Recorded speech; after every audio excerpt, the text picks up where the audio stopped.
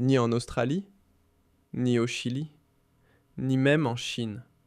Le prochain métal capable de décider ni en Australie, ni au Chili, ni même en Chine. Le prochain métal capable de décider de l'avenir de l'économie mondiale pourrait se trouver ailleurs, enfoui sous les immenses étendues du désert algérien. Pendant des décennies, quand on parlait de l'Algérie, on parlait pétrole, on parlait gaz. C'était ça le deal.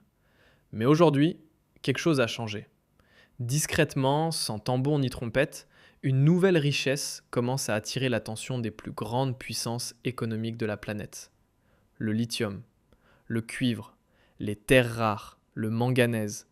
Des métaux qui, en l'espace de quelques années, sont devenus absolument indispensables. Sans eux, oubliez les voitures électriques, oubliez les batteries, les panneaux solaires, les éoliennes. Et oubliez surtout toutes ces technologies d'intelligence artificielle dont tout le monde parle. Le monde entier est en train de courir après ces ressources. Et au milieu de cette course effrénée, l'Algérie s'impose progressivement comme l'un des territoires les plus prometteurs de tout le continent africain. Et on n'en est peut-être qu'au tout début. Parce que le sous-sol algérien ne cache pas que du sable. Il renferme des ressources stratégiques qui pourrait transformer complètement le modèle économique du pays de fond en comble. Le Hogar, le Tassili, la région de Tindouf, le bassin d'Ilizi. Ces noms, retenez-les bien. Ce sont ces zones qui figurent désormais sur les nouvelles cartes minières étudiées avec une attention très, très particulière par les investisseurs internationaux. Mais pourquoi un tel intérêt ? Concrètement, la réponse tient en 3 mots. Révolution énergétique mondiale. Les ventes de véhicules électriques explosent. Les batteries sont devenues le nouveau pétrole. Et derrière chaque batterie, il y a du lithium.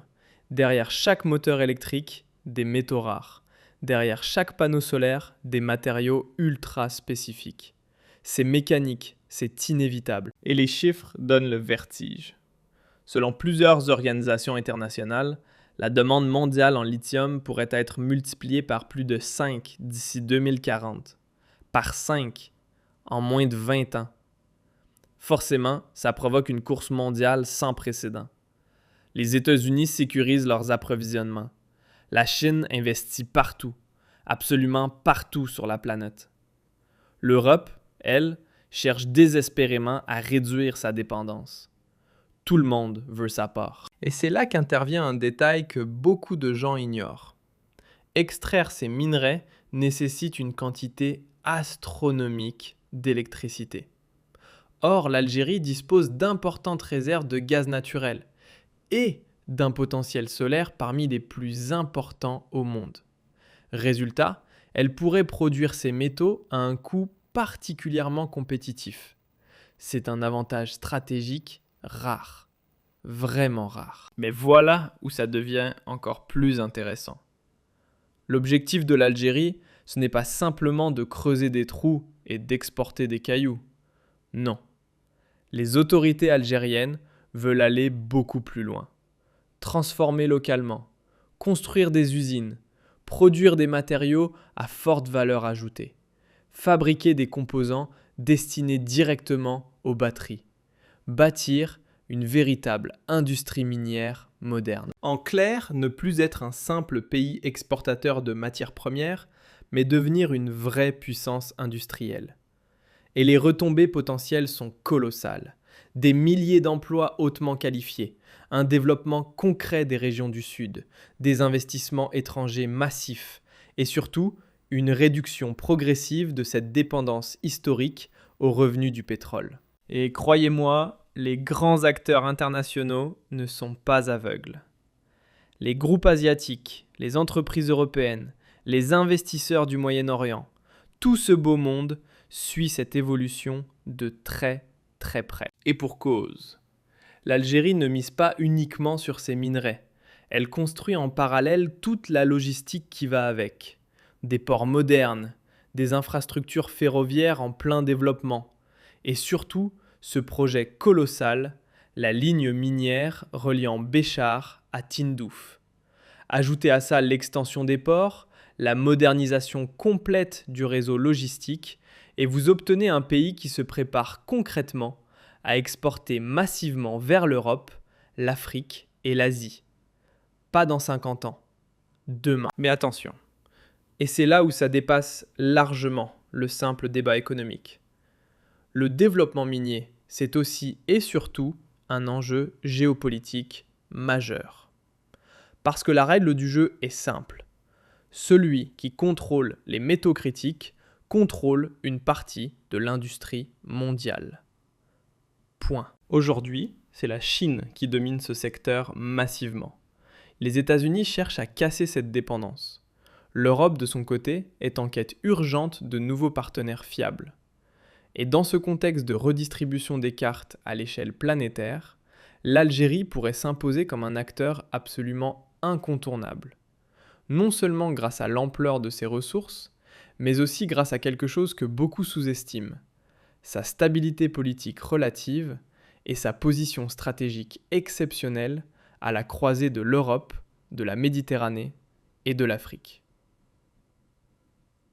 Ce n'est pas rien, c'est même considérable. Maintenant, soyons honnêtes, tout n'est pas rose et il serait malhonnête de vous présenter ce tableau sans parler des défis, parce qu'ils sont réels et ils sont nombreux. Exploiter des minerais au cœur du Sahara, ça ne s'improvise pas. Ça demande des investissements considérables. Il faudra protéger l'environnement, préserver des ressources en eau déjà fragiles, former toute une nouvelle génération d'ingénieurs spécialisés, développer les infrastructures routières et ferroviaires dans des zones parmi les plus isolées du monde, construire des unités industrielles modernes là où il n'y a aujourd'hui que du sable. Tout ça prend du temps, beaucoup de temps. Mais, et c'est crucial, les bases semblent désormais posées. L'objectif de l'Algérie est on ne peut plus clair. Sortir de la dépendance aux hydrocarbures, diversifier l'économie, créer une source de croissance durable, bâtir une industrie taillée pour les défis du XXIe siècle. Et quand on regarde les investissements actuels dans les mines, dans les infrastructures, dans les universités, dans la recherche scientifique, on réalise que cette transformation n'est pas un projet sur le papier. Elle a déjà commencé. Le Sahara algérien n'est peut-être plus seulement le royaume du pétrole et du gaz. Il pourrait bientôt devenir l'un des principaux fournisseurs mondiaux des métaux qui alimenteront la révolution énergétique de demain. Une révolution silencieuse, discrète, mais dont les conséquences pourraient être absolument immenses. Parce que demain, les pays qui contrôleront le lithium et les terres rares disposeront d'un avantage stratégique comparable à celui qu'offraient autrefois les plus grands gisements pétroliers de la planète.